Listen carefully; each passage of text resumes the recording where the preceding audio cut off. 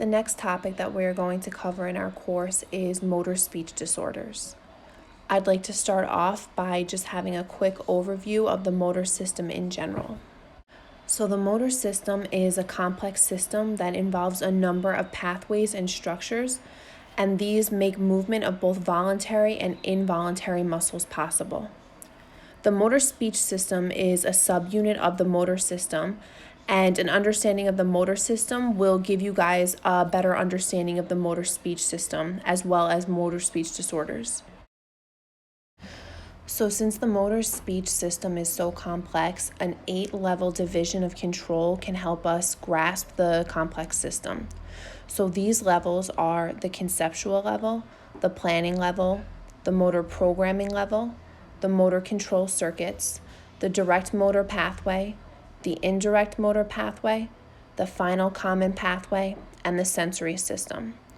So now I'll give you a brief overview about each one of these levels or systems. Okay, so first I'll speak about the conceptual level. So we all have ideas and thoughts and feelings in our brain, and at some point we decide that we want to take our private thoughts and communicate them with others. So all of these thoughts and intentions, they reside throughout the entire cerebral cortex, and the prefrontal cortex and limbic system take primary roles in the process of the conceptual level. So next I'll speak about number 2, the planning level. And the planning level can be further divided into 2 portions, the linguistic planning and motor planning. So linguistic planning is non-motor in nature. It involves taking one of our ideas, thoughts, or feelings and turning it into language, which is basically called encoding. During this planning, we engage our language dominant hemisphere, which is the left hemisphere in most people. And specifically, the perisylvian region is highly engaged during linguistic planning. So after linguistic planning occurs and the phonological assembly has taken place, the motor planning for phonemes starts to happen. So motor plans can be thought of as blueprints for actualizing phonemes. These blueprints are unrefined when we're babies, but as we grow and learn, they become more refined and precise and need only to be recalled in order to be executed, as opposed to being created a new time each time. And the frontal lobe is important for motor planning, specifically the premotor cortex and the supplementary motor area. So next we have number 3, the motor programming level. So motor plans are prerequisites for the motor program to be executed. So without motor plans, motor programs would not be able to happen. So programs have to do with the execution of phonemes in time and space. So it takes many motor programs to accomplish a motor plan. So motor plans involve the specific movements of the speech organs to produce speech sound. Proper speech sound production requires that the speech organs move accurately and precisely in terms of articulatory target, timing, muscle tone, and force. Sensory information is also incorporated into this process to give us feedback and allow for mid-course corrections of the articulators. The cerebellum, basal ganglia, and supplementary motor area, as well as other cortical areas, are the neurological structures involved in programming. So this brings us to the motor control circuits. There are 2 control circuits that are important to speech. They are the basal ganglia and the cerebellum. These circuits are important in motor programming of speech. They coordinate, integrate, and refine the movements of the direct and indirect pathways, which we will discuss later.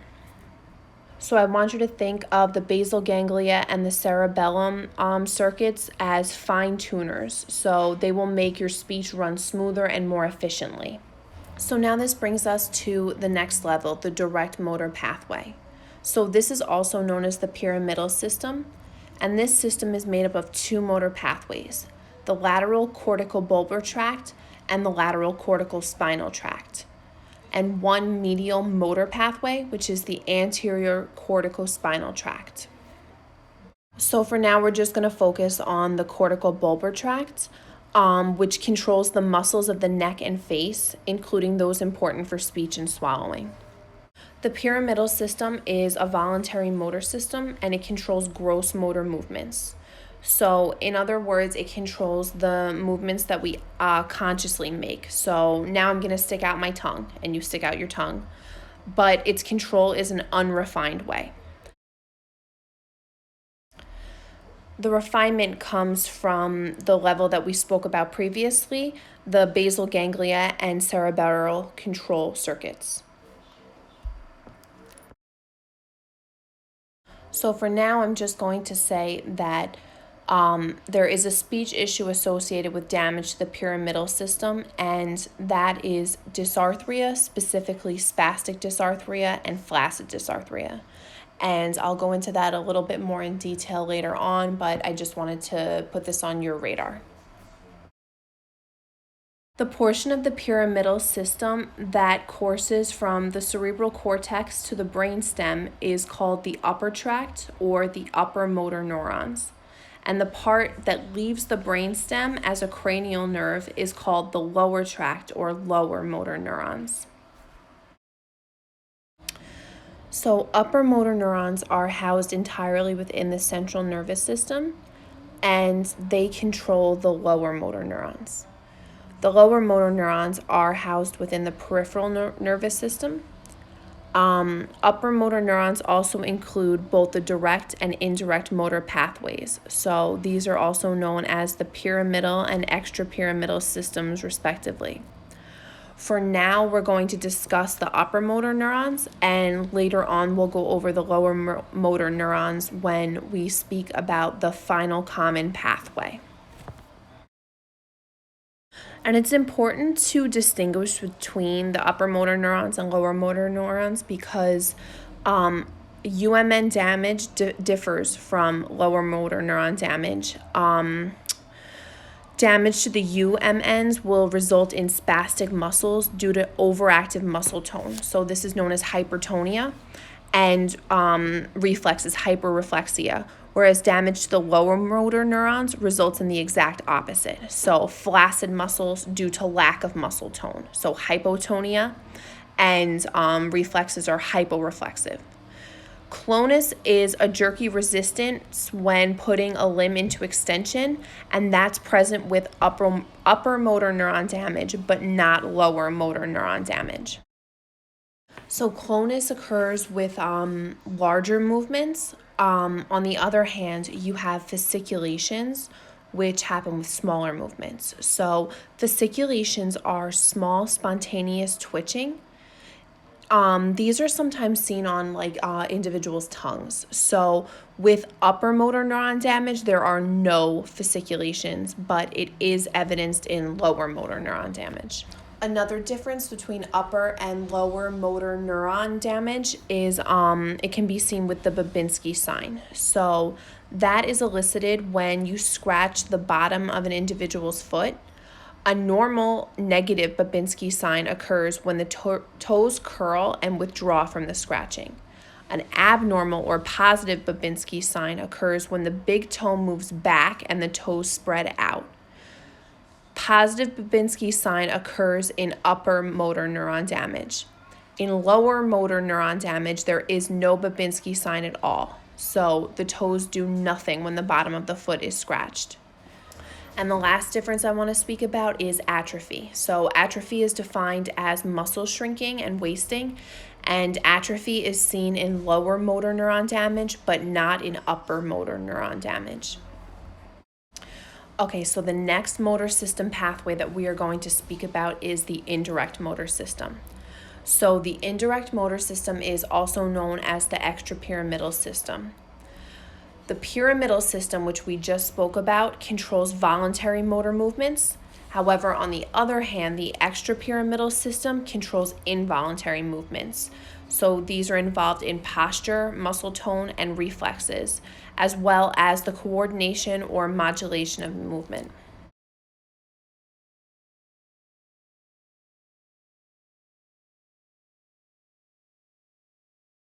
Damage to the extrapyramidal system would cause a loss of coordination and modulation, and it will lead to dyskinesias or movement disorders.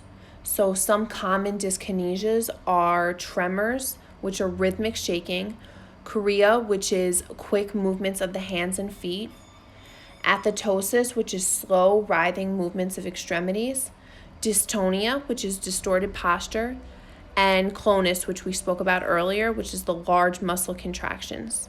And all of these conditions are involuntary in nature. So in terms of speech problems, either hyperkinetic or hypokinetic dysarthria is possible when we have extrapyramidal system damage. And this depends on where in the system the damage takes place.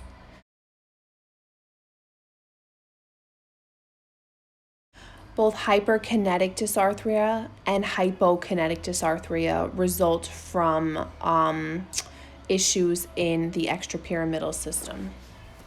But I'm going to go into more specific information about these motor speech disorders once I'm done reviewing the motor speech systems in general. The seventh level of the motor speech system is the final common pathway. And the final common pathway for speech includes the cranial nerves involved in phonation, resonance, prosody, and articulation, as well as the spinal nerves involved in respiration. So on this slide, I'm just going to give you a little review. Respiration provides the power for speech. Phonation provides raw sound for speech. Resonance provides tonal qualities for speech. Articulation provides the speech sounds for speech. And prosody provides the musical quality for speech. And the eighth motor speech subsystem that we're going to speak about are the ascending sensory pathways. So motor pathways are descending neural pathways, whereas sensory pathways are ascending. That's the same thing as the first week when we spoke about the afferent and efferent pathways. So afferent pathways are arriving at the brain. They bring sensory information.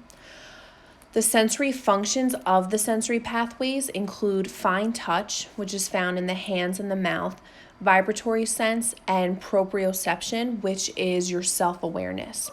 And all of this sensory feedback is important to the speech process, and heightened awareness of it is often targeted in stuttering therapy, which is interesting to note. So now that we spend some time reviewing those motor speech subsystem components, I feel like our exploration of motor speech disorders themselves will make a little more sense for you guys, because I know when I was going to school, I found motor speech disorders to be the most confusing thing.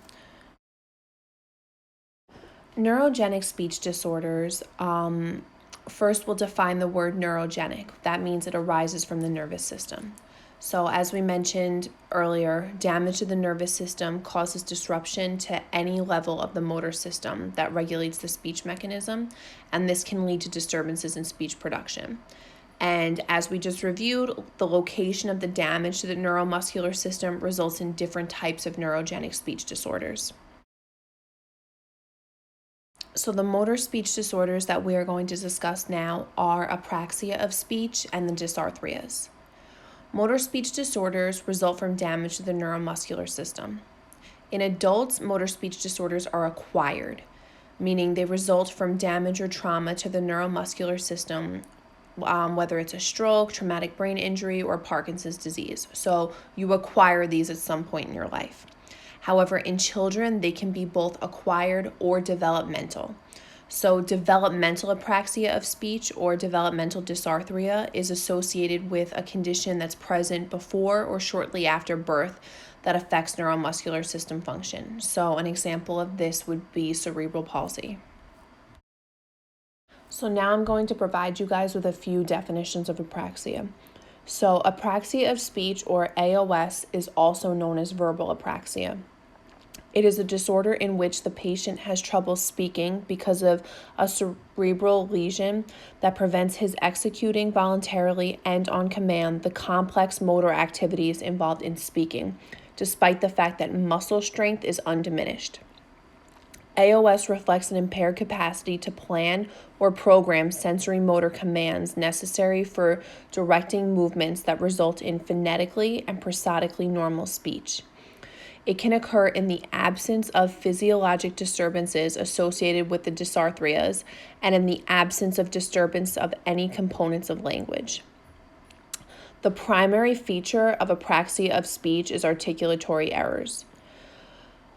Alterations of an individual with apraxia's prosody co-occur, and it's unknown whether these are a result of apraxia of speech or in compensation for apraxia of speech.